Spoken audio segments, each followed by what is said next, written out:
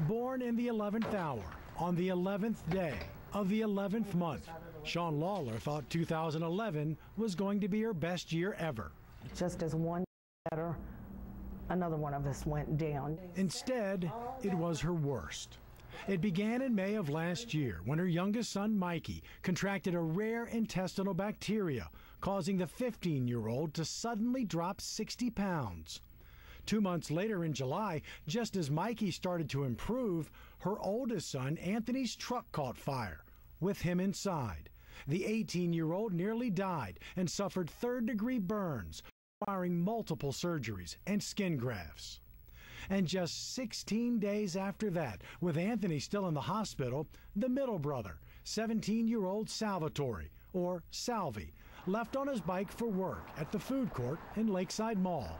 And at 8 o'clock, I got a phone call saying that he couldn't talk. And I was thinking immediately, okay, why is he saying this? Salvi lost the feeling in his right side, and they rushed him to Children's Hospital. Says the teenager, with no medical history, was bleeding uncontrollably in the absolute center of his brain. And 13 days later, the seemingly healthy rising senior at Grace King High School was gone. But what happened to Salvi, we don't know. And all I can say, it was just, that was his time. After hearing the news, Shawn turned to the nurses and said something she'd never thought about before. And I said, can we donate his organs? They said, sure. And just an hour later, the nurses returned with the information that Salvi's organs were a perfect match for 7 people waiting helplessly on a waiting list for life.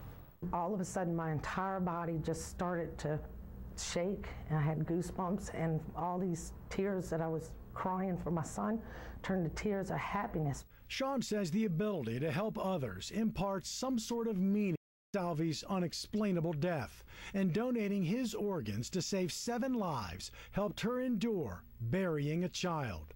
She doesn't cry at Christmas. She thinks of the 8-month-old baby who spent her first Christmas at home and not in a hospital. I don't grieve his death now. I don't know how to explain it. I miss my son terribly, but obviously it was God's will. There's nothing I can do about it.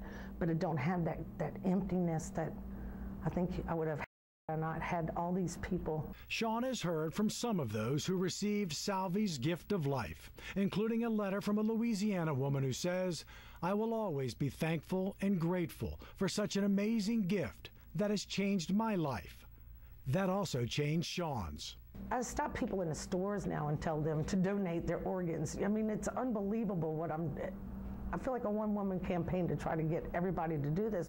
A month after learning about the life saved, Shawn found out 2 other people have regained their sight because of Salvi's eyes.